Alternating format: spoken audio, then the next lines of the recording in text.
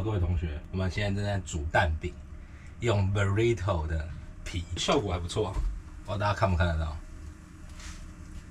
还蛮有台湾蛋饼的样子。我觉得蛋饼的重点是蛋，还有皮嘛。废话，重点是脆的皮啦。我们先吃一点凤梨酥，但我觉得它这皮比较厚，所以要煎比较久一点。所以油可能要放稍微多一点，差不多颜色变了，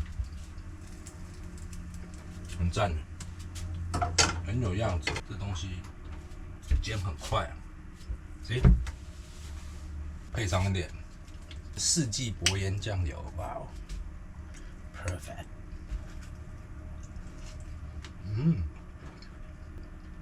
马尔地夫西西早餐开幕。